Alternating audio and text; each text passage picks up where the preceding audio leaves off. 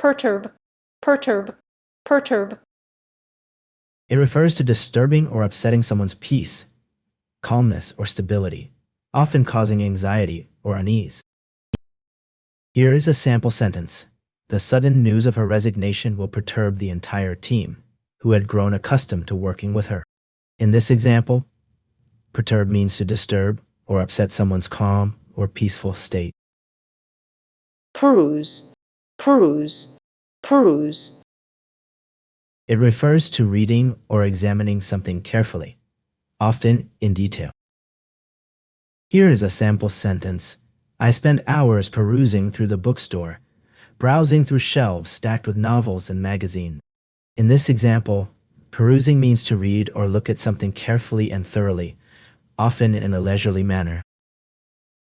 Pervasive, pervasive, pervasive. It refers to being widespread or common throughout a particular area, situation, or system. Here is a sample sentence. The smell of freshly baked cookies was pervasive throughout the entire house, making everyone's mouth water. In this example, pervasive means spreading or existing all over something, in this case the house, and is used to describe how the scent of cookies had filled every room. Perversion, perversion, perversion. It refers to a deviation from what is considered normal or acceptable, often in a sexual context, but also used more broadly to describe any form of distortion or corruption. Here is a sample sentence.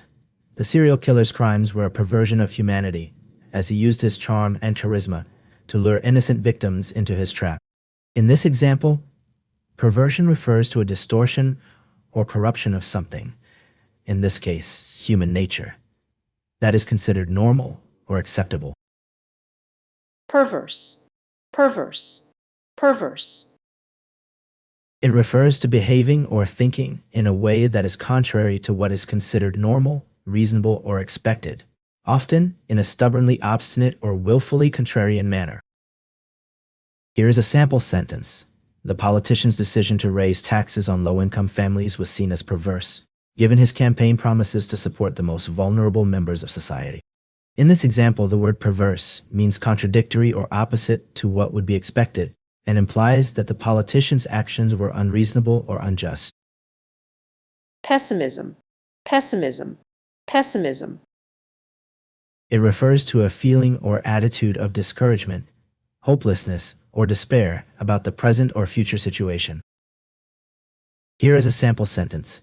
After losing his job and experiencing a string of bad luck, John's outlook on life became increasingly pessimistic, making it difficult for him to see any silver linings in his situation.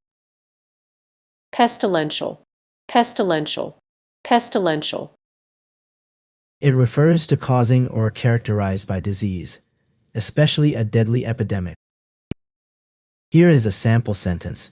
The sweltering summer heat and humidity created a pestilential environment that made it difficult to enjoy even the simplest outdoor activities.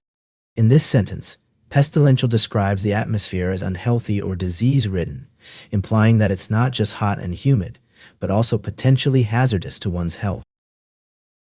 Petrify, petrify, petrify. It refers to turning something, such as a person or an object, into stone, or making someone extremely frightened or shocked. Here's a sample sentence. The sight of the giant spider in her bedroom was enough to petrify Emily, who let out a blood-curdling scream and froze in terror. In this example, the word petrify means to cause someone to be extremely frightened or paralyzed with fear. Petty, petty, petty. It refers to small, trivial, or insignificant in nature or importance. Here is a sample sentence. She was being petty by refusing to return her friend's borrowed book, just because she had lent it out without asking first. In this example, petty describes the person's behavior as small-minded and unreasonable. Petulant, petulant, petulant. It refers to being sulky, irritable, or obstinately childish in one's behavior or attitude. Here is a sample sentence. After being told she couldn't have an extra cookie, Emily became petulantly silent and refused to speak to her mother. In this example, petulantly describes Emily's behavior as sulky or irritable in response to not getting what she wanted.